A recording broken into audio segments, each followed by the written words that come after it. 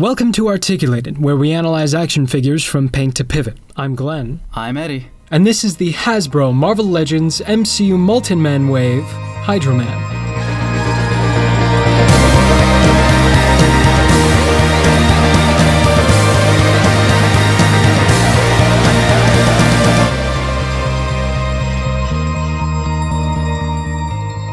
Hydro Man, aka Morris Bench, was created by Dennis O'Neil and John Romita Jr. in The Amazing Spider-Man number 212 in 1981. He has the ability to turn his entire body into a water-like liquid following his accidental exposure to an experimental generator. His hydro powers allow him to merge with other bodies of water and create watery constructs out of his arms, similar to his fellow criminal, Sandman. The figure itself embodies Hydro Man's classic costume, but the head sculpt is harder to nail down. Our best guess is that it's based on the artwork of Ariel Olivetti, featured in the 2004 trading card game Versus system. This is the first time Hydro Man has been featured in Marvel Legends, but a version did appear in the Spider-Man Classics line in 2006. Out of the box, Hydro Man is packed in with the head of the MCU Molten-Man bath. He doesn't get any interchangeable hands or heads, but he does come with two water effects that wrap around his feet, similar to the smoke effects that came with the Lizard Wave Mysterio. One thing I might have done differently, however, would have improved not this figure, but Cannonball, released in the subsequent Wendigo wave. Instead of the two watery effects that attach to Mori's feet, I might have reused a version of the blasting effect for both figures, one that could wrap around each figure's legs. That way, Hydro Man could have retained his water effects while hopefully leaving enough room in the budget for Cannonball to have legs. But we'll talk about that in Cannonball's review. Honestly, he doesn't need much more than that. The best accessories represent the character, and these do exactly that. Sure, it would have been nice to get interchangeable human hands, but it's Hydro Man. Otherwise, he's just some dude with an unnaturally menacing face. Hydro Man is comprised of 22 unique pieces, 9 of which are newly sculpted. Based on the percentage of newly tooled pieces for comic figures in 2018, Hydro Man sits right on the average. Most of his body is based on the Netflix Luke Cage figure from the Walmart exclusive 2-pack featuring Claire Temple, a relatively smart reuse of this body. Mr. Bench stands 6 3/4 inches tall, or 17 centimeters. A little taller than your average figure, but it works out pretty well when paired with Spider-Man and his wavemate, Scorpion, and his fellow baddie, Mysterio. He especially looks great next to the Spider-Man Classics Sandman figure. Proportionally, that puts him at almost 7 heads tall. Certain proportions are exaggerated due to the water arms, but it's obviously intentional, so no points lost there. The only thing I find fault with is the torso, as it's a little narrow at the top and a little too wide at the hips, especially for a character that is typically very V-shaped. The shirt is sculpted very loose, which may have been accurate to the Luke Cage show, but not so much to this character. Ideally, we would have liked to have seen a different, more form-fitting torso on the top of the jean-textured legs used here. As for Hydro Man's head sculpt, traditionally his hair is parted to the side, whereas here it's parted in the middle. That and the eyes both being quite a bit farther apart and smaller than they should be reminds us of one of the first Marvel Legends ever created, Toad.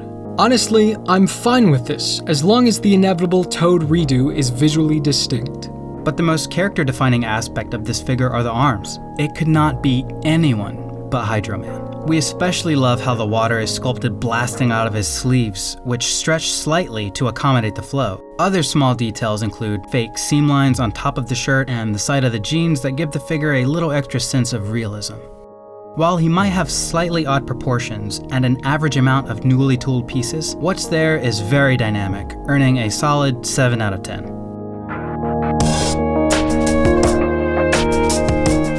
Of the 22 pieces that make up Hydro Man, 6 actually have paint applied, which is 9% lower than average for comic figures released in 2018. Honestly though, I'm not sure what else they could have done, aside from adding some depth to the hair. Maybe painting the laces of the boots, but those are just going to be hidden by the water effects anyway. There are 18 cuts that break up the sculpt, but virtually none of them have mismatching hues for light colors. There is the smallest difference in finish between the matte black paint of the upper arms and slightly more glossy black of the torso, but you have to look hard to see the difference. All of the translucent blue plastic matches extremely well and are just see-through enough on the feet to make out his boots. Again, if you look really hard, you can see the inner workings of the elbow and pegs of the hands, but there's not much they could have done to prevent this. Additionally, I think it was a really smart move to cast the upper arms in translucent blue and just paint over them instead of casting multiple pieces for the shoulders and arms. That all being said, with below average quantity of paint application but with near perfect color matching, Hydro Man once again earns a 7 out of 10.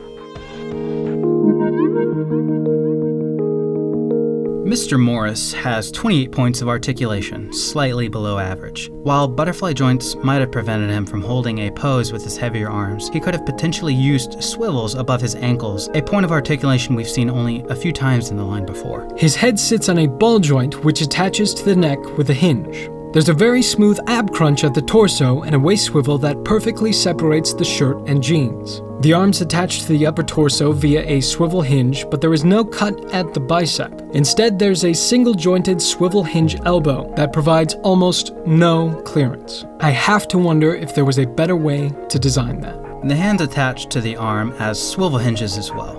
The hips are on a standard T-joint, and the legs have a swivel at the thigh cut. Finally, the knees are double jointed, and the feet peg onto the legs via swivel hinge. Nothing out of the ordinary for this guy, but I would have liked to have seen more clearance at the elbows, earning an average 5 out of 10. You might not be able to pose Hydro Man casually hanging out with the boys, but honestly, why would you? For a guy in a plain black tee and denim jeans, he's surprisingly toyetic. And you know what? I think with his release, we can actually complete the original Sinister Syndicate team. There are no Sinister Six, but I have a feeling we won't have to wait long to complete that team anyway. There's really not much to improve about this figure, which is pretty refreshing in this line, and he'll fit amazingly with the rest of your Spider-Man Rogues gallery. With that said, this Hydro Man earns a combined score of only 6 out of 10. However, we believe he is much more than the sum of his parts, and award him with a personal score of 8 out of 10.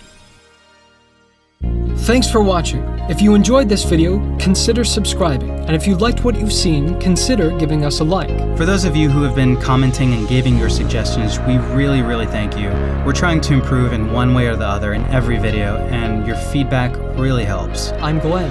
I'm Eddie. And this is Articulated.